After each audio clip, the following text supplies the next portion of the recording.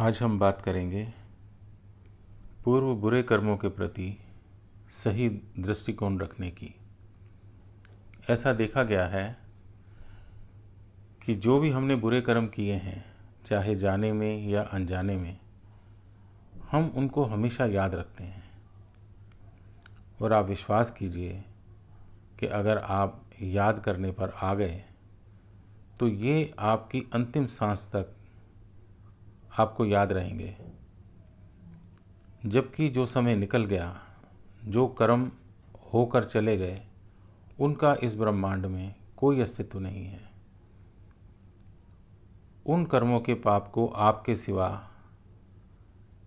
Even भगवान को भी कोई इंटरेस्ट नहीं है।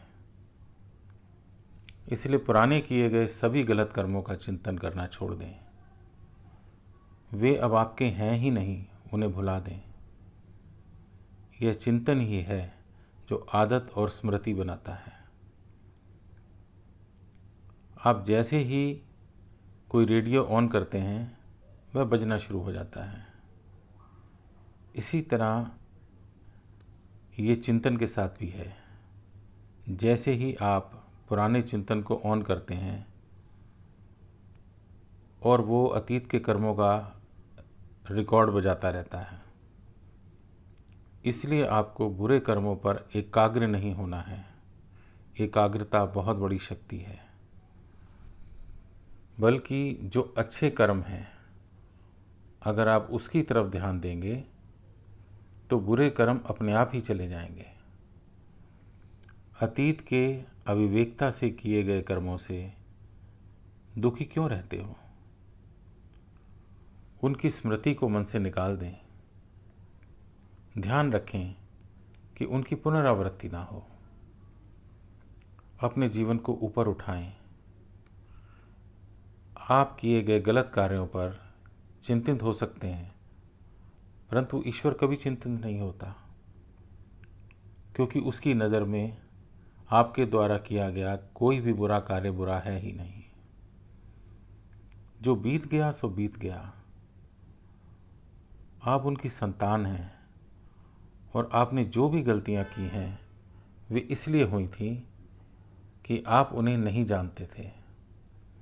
अज्ञानता के प्रभाव में किए गए गलत कार्यों की बुराई को वे आपके विरुद्ध बनाए नहीं रखते। वे केवल इतना ही कहते हैं, आप अपने गलत कार्यों की पुनरावृत्ति ना करें। लेकिन अगर पुनरावृत्ति हो भी जाए तो भी आप माने कि हर पाप समय बीतते ही उसी समय खत्म हो जाता है। अगर आप उसे याद ना रखें तो अतीत को भूल जाओ। सभी लोगों के बीते हुए जीवन अनेक लज्जाओं से कलुषित हैं। मनुष्य का आचरण तब तक सदा अविश्वसनीय है जब तक कि वह ईश्वर में स्थिर न हो जाए। भविष्य में सब कुछ सुधर जाएगा यदि आप अभी आध्यात्मिक प्रयास कर रहे हैं। अपने आप को पापी ना समझें। आप परमपिता की संतान हैं।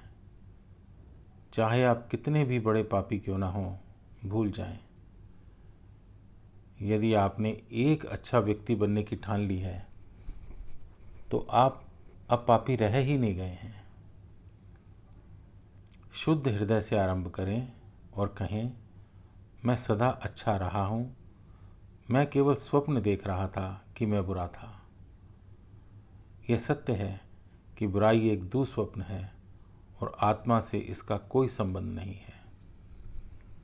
ये हमारा दुर्भाग्य है कि आज के समय में शांति प्राप्त करने और अपने तथाकथित पापों को धोने के लिए हम किन्हीं संत महात्मा के पास भी जाते हैं तो वहाँ भी यही सुनने को मिलता है कि ये पाप आपको नहीं छोड़ेंगे और ये अगले जन्म तक जाएंगे।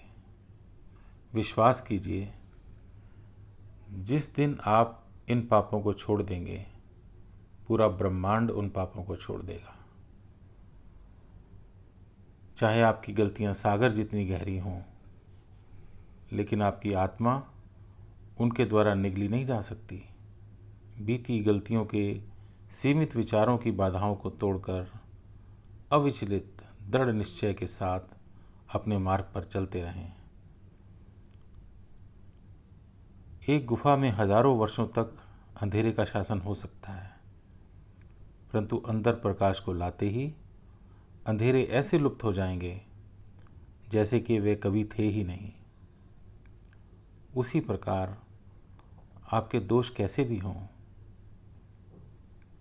जब आप अच्छाई का प्रकाश अंदर लाते हैं तो वो अधिक दिन तक टिकते नहीं हैं।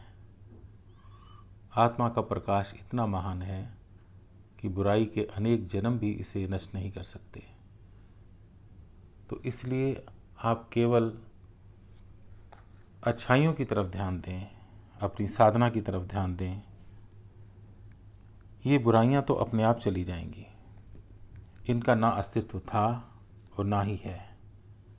सिर्फ एक जगह आपका अस्तित्व है, सिर्फ उसे नष्ट करने की ज़रूरत है, और वो है आप।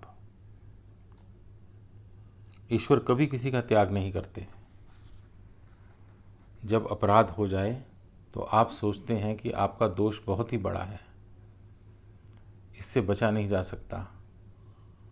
और जब संसार आपको अयोग्य घोषित करता है और कहता है कि आप किसी काम के योग्य नहीं रहे, एक क्षण के लिए रुकें, ईश्वर का ध्यान करें, उनसे कहें कि मैं आपका बच्चा हूँ, आपका नटखट बच्चा, कृपया मुझे क्षमा कर दें।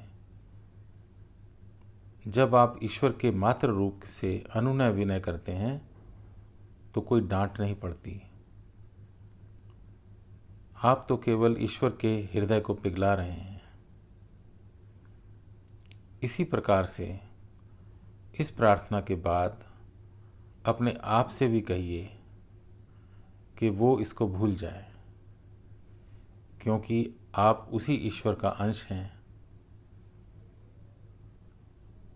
और आपके भूलने भर से ही ईश्वर सब कुछ माफ़ कर देते हैं। जो भी आप प्रार्थना करते हैं, आपको बुरे कार्यों को त्याग देना चाहिए। संत ऐसे पापी हैं जिन्होंने अपना प्रयास करना नहीं छोड़ा। आपकी कठिनाइयाँ चाहे कैसी भी हों, यदि आप प्रयास नहीं छोड़ते तो आप अपने संघर्ष की धारा के विरुद्ध प्रगति कर रहे हैं। संघर्ष करने का अर्थ है ईश्वर की कृपा को जीत लेना। आप कुछ ही जन्मों से मानव रहे हैं, परंतु अनंत काल से आप ईश्वर की संतान रहे हैं। कभी भी स्वयं को पापी मत समझें, क्योंकि पाप और अज्ञान केवल नश्वर और दुस्वप्न है। जब हम ईश्वर में जागृत होंगे तब हमें पता चलेगा कि हमने एक आत्मा, एक शुद्ध चेतना के रूप में कभी भी कुछ गलत काम किया ही नहीं। नश्वर अनुभवों से बेदाग हम अब भी हैं और सदा ही ईश्वर की संतान रहे हैं।